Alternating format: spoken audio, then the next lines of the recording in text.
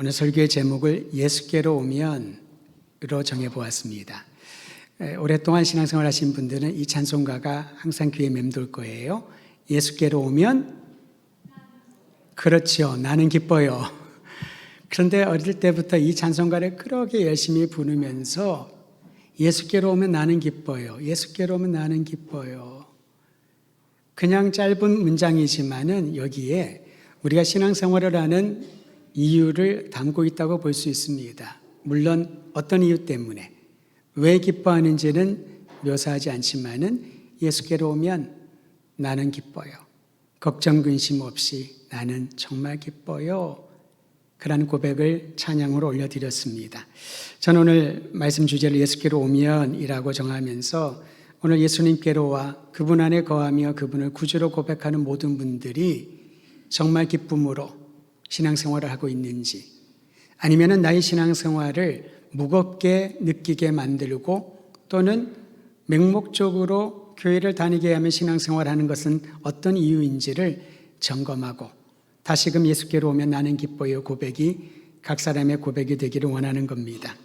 신약 성경에서 복음서들은 예수님이 그리스도이심을 알려주고 있습니다.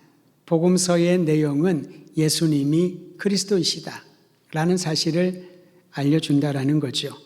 특히 요한복음은 예수님이 온 인류의 구원자이심을 가르쳐주고 있습니다. 나의 구원자일 뿐만 아니라 우리 모두의 구원자라는 사실을 강조하고 있습니다. 특히 요한복음 20장 하반절에 보면 복음서의 기록 목적을 다음과 같이 명시해 놓았습니다. 여러분 귀로 듣고 마음에 새기시기를 바랍니다. 요한복음 20장 30절과 31절에 보면 예수께서 제자들 앞에서 이 책에 기록되지 아니한 다른 표적도 많이 행하셨으나, 표적을 많이 행하셨으나 오직 이것을 기록하면, 표적들 중에서 몇 가지만 주님이 선택하셔서 요한이 선택하여 기록됐다는 거죠.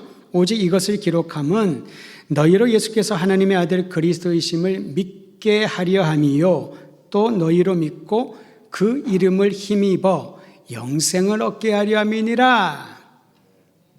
여러분 예수께로 오면 놀라운 일들을 보게 되죠. 주님의 가르침은 탁월했습니다. 오죽하면 당시 많은 사람들은 그들에게 익숙한 유대 종교 지도자들, 율법 교사들의 가르침과는 다른 차원의 영적인 권위를 느꼈다라고 합니다. 사실 예수님의 전한 가르침의 핵심은 하나님 나라 아닙니까? 이 하나님 나라를 추상적이거나 개념적으로 설명하지 않고 실제하는 하나님 나라, 하나님의 자녀가 하나님 나라의 백성으로 살아가는 그 생생한 감동을 예수님의 가르침을 통해 들었던 거지요. 가는 곳곳마다 병자들이 몰려들었습니다. 그들을 예수님이 말씀으로 고치기도 하고요, 안수하여 고치기도 하시고 다양한 방식으로 고치십니다.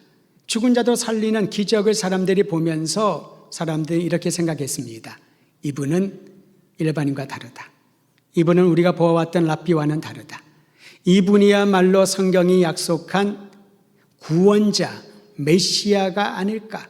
그래서 많은 사람들이 모여들었던 겁니다. 그들은 각양각기 다른 목적으로 메시아를 필요로 했습니다.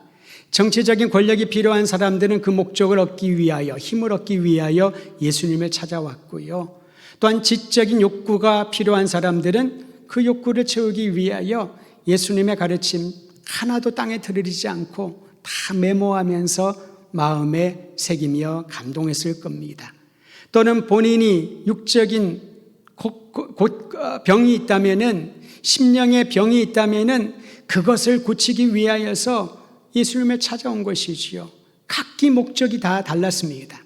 그러나 성경은 예수님이 이 땅에 오신 목적을, 예수님이 표적을 행하시고 하나님 나라 복음을 가르치신 목적을 분명히 얘기합니다. 그 이름을 믿고, 그분이 그리스도이심을 믿고 그 이름을 힘입어 영원한 생명을 얻게 하려 함이니라. 이것이 예수님이 우리에게 말씀하시고 표적을 행하신 이유였던 것입니다. 이것이 바로 복음입니다. 그러기에 요한복음에 쓴 요한은 의도적으로 예수님이 행하신 초자연적인 기적들이나 가르침들을 열거하는 데에 집중하지 않았습니다. 요한이 복음서를 쓰면서 우리에게 초점을 맞추라고 인도하고 요청하는 것은 예수님과의 개인적이고 인격적인 관계를 맺는 것입니다. 한번 따라하시죠. 신앙은 관계이다. 예수님이 나에게 어떤 분이신가? 우리에게 그분은 어떤 분이신가? 주님의 말씀과 주님의 기적이 나에게 어떤 관계를 그분과 맺게 하는가? 이 관계가 바로 신앙의 열쇠라는 것입니다. 많은 분들은 본인이 알고 싶은 것들을 다 궁금증이 해소되면은 그 자리를 떠나지 않습니까? 더 이상 배울 게 없다. 그런 말 하잖아요. 하산하여라. 너는 더 배울 게 없다. 그러면 내려가서 다른 선생님을 찾거나 다른 길을 찾아야 되겠지요. 그런데 예수님은요, 우리에게 어떠한 세상과 다른 득도를 하는 것으로 이끌지 않으십니다. 우리와의 관계를 맺기를 원하시는 거지요. 우리 안에 거하기를 원하고 우리 모두가 주님 안에 거하는 개인적이고 인격적인 관계를 통하여 진정한 신앙의 진가를 보여주고자 하는 것입니다. 예수님이 나를 위하여 행하신 일이 예수님과 나의 관계를 더 친밀하게 아무도 떼어놓을 수 없는 그러한 친밀한 관계에 들어가는 것이 신앙생활인 줄 알아야 할 것입니다. 많은 분들이 신앙생활을 하다가 위기를 겪지요. 여러 가지 이유의 위기를 겪습니다. 개인적인 내적인 갈등도 있을 수가 있고요. 환경적인 요인들이 나의 신앙의 근간을 흔들 만한 그러한 상황으로 이끌어 가기도 합니다. 원치 않은 일들을 겪으면서 예기치 않은 다툼과 분쟁을 겪으면서 크게 상처를 입지요. 그러면서 신앙의 근간이 흔들립니다. 그런데 신앙이 깊은 사람은요, 그럼에도 불구하고 예수님과 나의 관계가 신앙의 뿌리요 반석이요 열매를 맺게 하는 양분인 줄을 믿는다면은 그는 어떠한 위기 상황 가운데서도 더 굳건한 신앙의 열매를 맺게 되는 것입니다. 그 여러분, 순교가 일어나고 핍박이 일어났을 때에 보여준 믿음의 선진들의 모습 아니겠습니까? 힘들수록 위기 상황 가운데서 더 주목하고 집중할 것은 예수님과 나와의 인격적인 관계라는 것입니다. 개인에게도 적용하시기를 바랍니다. 어떤 이유이든 문제가 생기고 마음에 무거움과 답답함이 찾아올 때 우리가 찾아야 될 분은, 우리가 돌아가야 될 곳은 바로 예수 그리스도 나의 주님이신 줄 믿으시기를 바랍니다. 요한복음에 보면은 예수님이 누구신지를 독자들에게, 예수님께 오는 사람들에게 알려주기 위하여 매우 독특한 형식이 나옵니다. 그것은 예수님이 자신을 가리켜 하신 말씀인데요. 이러한 형식입니다. 나는 땡땡땡이다. 나는 누구이다. 이러한 형식을 요한복음에 기록하고 있습니다. 7번 예수님이 자신을 그렇게 말하는데요. 이 말을 보면 우리 어릴 적에 놀이했던 그런 놀이가 갑자기 떠오릅니다. 여러분, 이런 노래 부르면 놀이한 적 있으세요? 두 팀으로 나누어서 당신은 누구십니까? 나는 누구 그 이름 아름답구나 그러면서 자기 편으로 데려오고 그 이름 아리송하구나 그러면 다른 편으로 가고, 그게 무슨 의미인지는 모르고 그냥 노래를 부르면서 두 팀이 앞으로 갔다 뒤로 갔다가 그렇게 놀았던 기억 나실 거예요. 그런데 깊이 생각해 보면요, 굉장히 실존적인 의미를 담은 노래라고 할 수가 있습니다. 내가 이를 모르는데 그가 자신을 소개했을 때에 그 이름이 나에게 아름답고 감동을 주고 흥미롭고 매력적이어야 내가 그 사람 갖다 붙지 않습니까? 그런데 그 이름이, 그의 자신에 대한 설명이 미덥지 못하고 또 불만족스러우면은 그와 같이 하는 것, 같은 팀이 되는 것을 어려워하고 부담스러워하지 않습니까? 우리는 예수님을 믿는다고 하면서 예수님이 누구신지를 어떻게 알고 있나요? 만약에 예수님을 모르는 사람에게 주님을 소개한다면 어떻게 소개하고 싶습니까? 예수님 시대의 제자들처럼 주변 사람들처럼 그런 나사렛 출신이요, 들어보니 베들레헴에서 태어났다고 하는데 아버지는 목수고 뭐 그런 얘기들을 하면서 그저 객관적이고 사람들의 관심을 주지 못할 그러한 내용들만 소개하겠습니까? 아니면 사람들이 공감대를 느끼지 못할 신비로운 그러한 개인적이고 주관적인 경험만을 가지고 예수님을 소개할까요? 신앙생활하다 보면은 신비한 경험을 자주 하는 분들이 있습니다. 그런데 어떤 분들은 평생 단 한 번도 신비하다고 말하기 어려운 너무나도 일상적인 경험을 하는 분들도 있지요. 그러면 그 신앙은 약한 것일까요? 신비로운 경험을 해야지만 하나님의 사랑을 듬뿍 받은 사람일까요? 그것은 예수님이 누구신지를 모르기 때문에 그렇습니다. 요한복음에 예수님은 자신을 이렇게 가르쳐 말합니다. 나는 생명의 떡이다. 나는 세상의 빛이다. 나는 양의 문이다. 나는 선한 목자다. 나는 부활이요 생명이다. 나는 길이요 진리요 생명이다. 나는 참 포도나무다 라고 예수님은 자신을 사람들에게 소개하고 있습니다. 굶주린 자에게 생명의 떡인 예수님은 답을 주십니다. 암울한 어둠 가운데 갇혀있는 이들에게 예수님은 진정한 빛으로 우리에게 다가오십니다. 어디가 문인지 어디가 탈출구인지 알지 못해서 방황하고 조아리고 있는 사람들에게 예수님은 내가 문이다. 이 문을 통과하여 새로운 길로 나가라고 제시해 주십니다. 목자가 없어서 자기의 그 불안함 가운데 매여 있는 이들에게 예수님은 목자가 되어 주십니다. 부활이요 생명이요 길이 되어 주시고 예수님은 우리의 인생이 의미가 있도록 열매를 맺게 하는 포도나무가 되어 주신다는 거지요.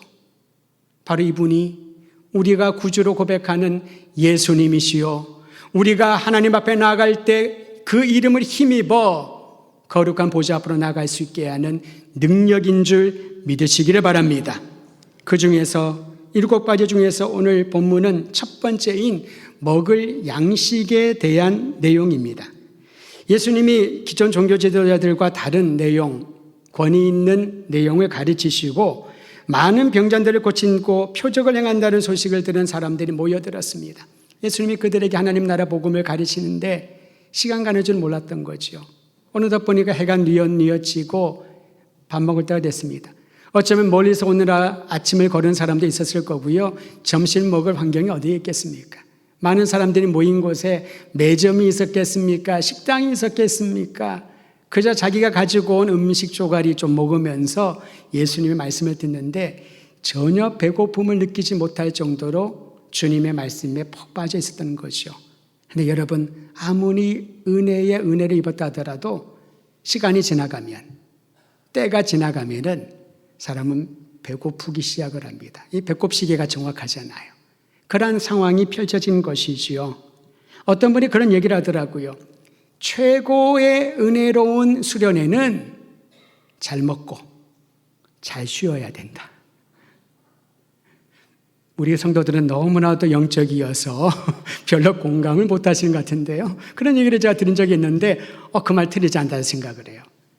좋은 음식 먹고 잘 쉬고 주님의 은혜를 묵상을 하고 그러면 얼마나 몸과 마음이 재충전되고 힘을 얻겠습니까? 아무리 은혜를 충만히 받았다 하더라도 배가 고프면, 굶주림이 지속되면은 그 받았던 은혜가 어디에 있는지, 언제 받았는지 다 잊어버리게 되지 않습니까? 왜냐하면 먹는 것은 육적인 본능이니까요. 이 본능을 거스르는 것은 굉장히 힘이 듭니다. 여러분은 그렇지 않습니까? 아침 먹으면서 점심에 뭐 먹지? 걱정을 하고요. 점심 먹으면서 저녁은 뭐 먹지? 저녁 먹으면서 내일 아침을 걱정을 합니다. 직장인들의 고충 중에 하나가 뭔지 아세요? 점심 메뉴를 고르는 일. 쉽지가 않습니다. 계속 반복되면은 먹는 일이 그만큼 고민거리가 되는 것이죠. 근데 먹는 것은 참 중요합니다. 생존을 위해서 반드시 필요한 것이 먹는 것이지요. 그런데 예수님을 만나 주님의 말씀을 듣고 주님이 주시는 그 모든 행동 하나하나에 기쁨을 느꼈던 사람들이 배고파지기 시작을 하자 여기저기서 수군거리기 시작을 합니다. 어디서 밥을 먹지? 밥을 주긴 줄 건가? 어떻게 이 많은 사람들을 먹이지? 그 수군거림은 거대한 물개를 타고 많은 사람들의 관심을 그쪽으로 옮기는 거지요. 만약에 그때 누군가 나타나서 정신을 바짝 차리라고, 먹는 게 뭐 중요하냐고, 금식을 하더라도 은혜를 받아야지 라고 말을 한다면은 사람들은 반감을 느끼는 이들이 상당히 많을 것입니다. 왜냐하면 본능적인 것이니까요. 그런데 예수님은 그러한 위기를 기회로 삼으셨습니다. 주님이 삼으신 이 기회에 사용된 도구는 너무나도 미약해 보입니다. 어린아이가 엄마가 싸준 거겠지요.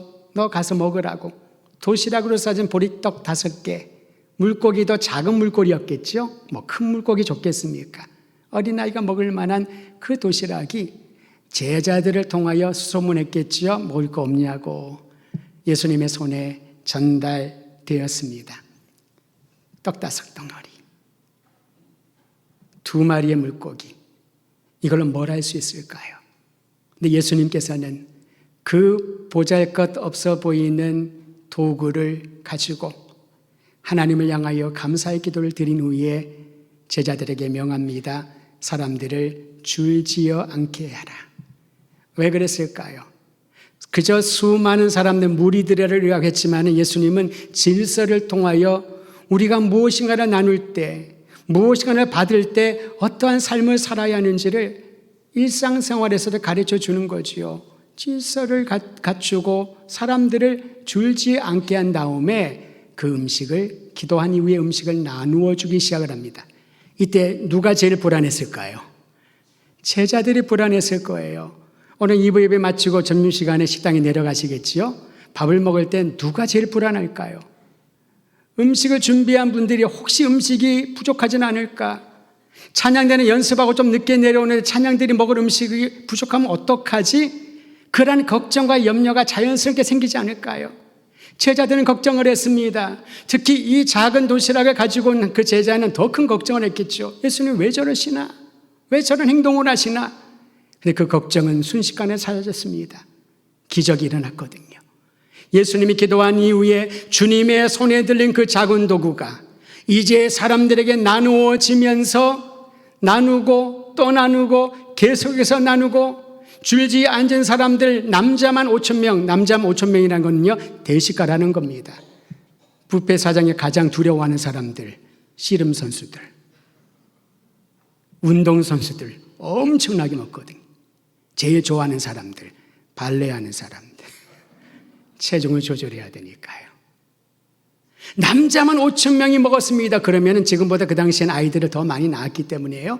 최소한 2명, 3명이라 하더라도 최저 2만 명에서 3만 명 그 이상의 사람들을 다 먹었는데 배불리 먹었다고 합니다. 그리고 남은 것을 모으니 말도 안 되는 일이 일어납니다.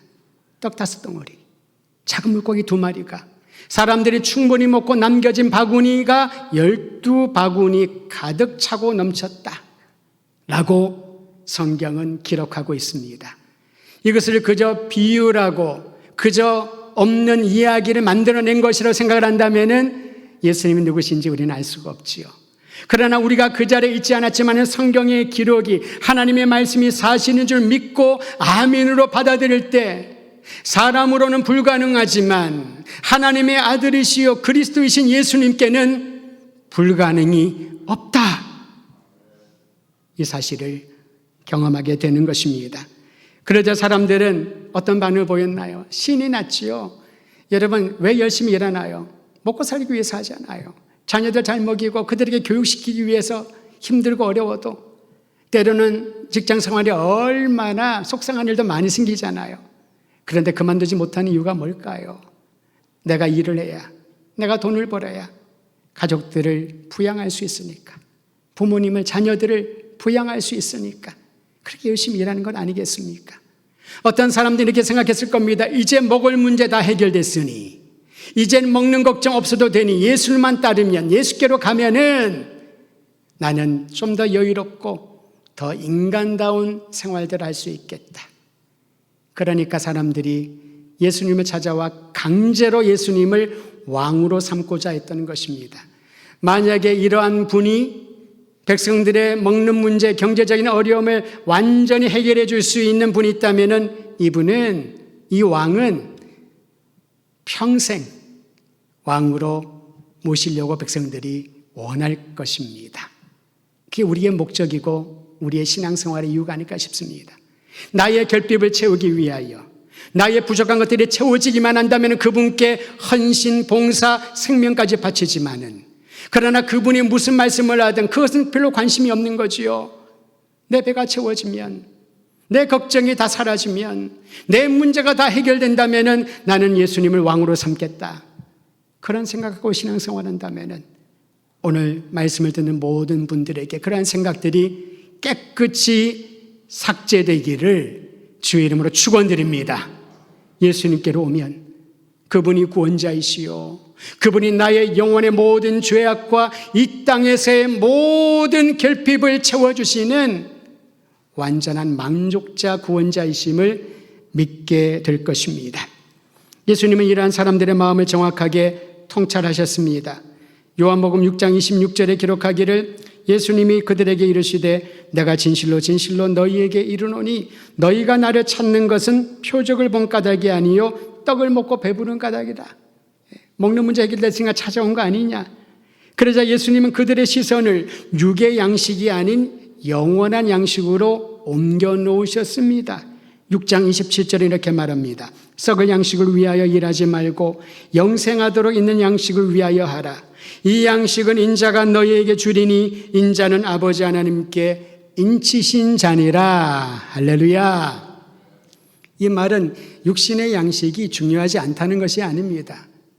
그것만을 위하여 일하지 말고 영원한 양식을 주시는, 하나님이 주시는 영원한 그 양식을 받아 먹으라 라는 것이지요. 그래야 결핍이 반복되지 않으니까요.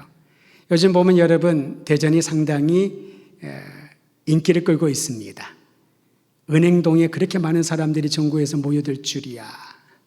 누가 알았겠습니까? 한편으로는 잘 이해가 안 될 때가 있지요. 아니, 그 빵 하나 사겠다고 저렇게 비가 오는데 2-3시간. 어떤 맛집으로 알려진 데는요, 점심부터 식사를 하는데 12시부터 하는데 7시부터 나가서 줄 서가지고 5시간 동안 그거 먹고 한낮에 지나면은 소화되고 조금 더 지나면은 뭐가 일어나잖아요. 물론 그렇게 생각을 하면은 너무 비판적이라 볼 수 있겠으나 그게 아니라 때로는 이해를 안 해도 한편으로는 이해가 돼요. 그리고는 뭐랍니까? 사진 찍어서 인별에 올립니다.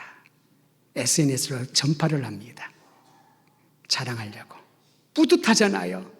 5시간 기다려서 드디어 내가 이 식당에 입성을 했다. 내가 이 빵을 얻기 위해서 그 비중에도 2시간 동안 기다리고 드디어 얻었다. 망구시루. 이해는 됩니다. 그런데 여러분, 그것이 우리의 인생의 기쁨과 가치가 전부라면은 얼마나 허망할까요? 예수님께서 말씀하시는 이 내용을 들으시기를 바랍니다. 썩을 양식을 위하여 일하지 말고 영원한 양식을 위하여 일을 하라. 너의 만족과 자랑거리를 위하여 일하지 말고 하나님의 자랑거리와 하나님의 만족을 위하여 일을 하라라는 것입니다. 예수님께 몰려든 사람들은 주님이 영원한 양식에 대해서 이야기를 하자 흥분하기 시작했습니다. 주님, 우리에게 그 양식을, 그 떡을 항상 주십시오. 한 번도 아닙니다. 항상 그 떡을 주십시오라고 주님 앞에 간절히 청하자 예수님이 뭐라고 답변하셨습니까? 오늘 본문에 주님의 답변이 이렇게 기록되어 있습니다. 6장 35절 같이 읽습니다. 시작. 예수께서 이르시되 나는 생명의 떡이니 내게 오는 자는 결코 줄이지 아니할 터이요 나를 믿는 자는 영원히 목마르지 아니하리라. 아멘. 사람들이 주님, 이 떡을 항상 우리에게 주십시오. 주님이 말씀하십니다. 내가 생명의 떡이다. 나에게로 오라. 내게 오면 결코 줄이지 아니하리라. 지금 방금 먹은 이란 음식이 아니라 영원한 양식, 하늘에서 내려온 하나님이 주시는 영원한 양식을 너희가 먹고 나누게 될 것이다. 또한 목마르지 아니하리다. 먹지 않으면 생존 자체가 불가능한 우리를 살리기 위하여 이 땅에 오신 생명의 떡이신 예수님, 우리는 그분을 받고 영접하고 취하는 놀라운 복을 받은 사람들입니다. 예수님은 계속하여 다음같이 말합니다. 6장 37절도 같이 읽습니다. 시작. 아버지께서 내게 주시는 자는 다 내게로 올 것이요 내게 오는 자는 내가 결코 내쫓지 아니하리라. 아멘. 우리는 주님을 만나러 갈 때 걱정하고 근심하는 사람도 있을 수 있어요. 우리도 그럴 때 있잖아요. 누구를 만나러 가면 가슴이 뛰기도 하고 긴장이 되기도 하고 염려가 되기도 하고 그렇지 않습니까? 그런데 여러분, 내가 갈 때마다 저 사람은 나를 환대한다, 환영한다라는 경험이 있으면은 그 사람에게 가는 것은 즐거운 일일 것입니다. 내가 존중받고 사랑받는다는 의미이니까요. 이것이 주님이 우리를 대하는 태도요, 주님의 제자들인 우리들에게 다른 사람을 대하라고 명하신 명령입니다. 환대하여라, 환영하여라, 그를 따뜻하게 맞이하여라 라는 거죠. 그런 면에서 안내로 섬기는 분들은 이 놀라운 은혜를 경험하고 나눌 수 있는 사람만이 가능한 것입니다. 반면에 문전박대 당한 경험이 있다면은, 내가 용기를 내서 갔는데 그 사람이 내 눈도 마주치지 아니하고 냉대해버리고 그저 거절하는 그런 경험을 받았다면은 사람들을 찾아가는 게 얼마나 용기가 필요하고 괴로울까요? 그러므로 주님의 제자라면은요, 어떤 경우라든지 누군가를 외면하거나 무시하거나 냉대하지 않아야 되는 것입니다. 그곳에 주님의 사랑을 발견하게 되는 것이니까요. 항상 사람들이 다 좋나요? 힘들 때도 있지요. 때로는 얼굴 마주치는 것도 싫을 때도 있고, 저도 그럴 때가 있습니다. 그런데 나를 언제나 맞이해 주시는 예수님, 주님께로 가면은 언제나 나를 두 팔 벌려서 안아주신 예수님, 바로 그 주님의 사랑을 내가 받고 그 주님의 사랑으로 살아간다면은 어떤 사람이든지, 그가 나의 가족이든지 어떤 사람이든지 어떤 일을 겪었든지 그를 향하여 따뜻한 환대와 사랑을 품어줘야 되지 않을까요? 예수께로 오면은 내가 그를 결코 내쫓지 아니하리라. 흉악한 죄를 지은 나 같은 사람도, 정말 용서할 수 없을 만한 그런 일을 저지른 모든 이들도 예수께로 오면은 주님께서 그를 내쫓지 않고 회복시켜 주시고 그에게 영원한 양식, 생명의 떡이신 예수님을 주시겠다라고 약속하고 있습니다. 오늘 주님이 우리를 위하여 초청하신 성찬에 여러분 참여하게 될 것입니다. 그리스도의 십자가는 나의 죄를 용서하시고 나의 모든 죄의 문제를 해결하기 위한 놀라운 하나님의 사랑의 표현입니다. 예수님이 친히 그 사랑을 몸소 보여주셨습니다. 오늘 주님의 몸을 상징하는 떡을 받으면서 주님의 흘리신 피를 상징하는 잔을 대하면서, 사랑하는 성도 여러분, 나는 생명의 떡이라 내게 오는 자는 영원히 줄이지 아니할 것이고 영원히 목마르지 아니할 것이다. 나에게로 오라. 그 주님의 요청에, 예 주님, 제가 이 벌거벗은 모습으로, 이 상처 입은 모습으로, 이 보잘것없는 모습으로 주님께 나아가나이다. 나에게 약속하신 영원한 생명의 양식을 허락하여 주심에 감사합니다. 그 마음으로 주님의 잔과 주님의 떡을 받으시기를 바랍니다.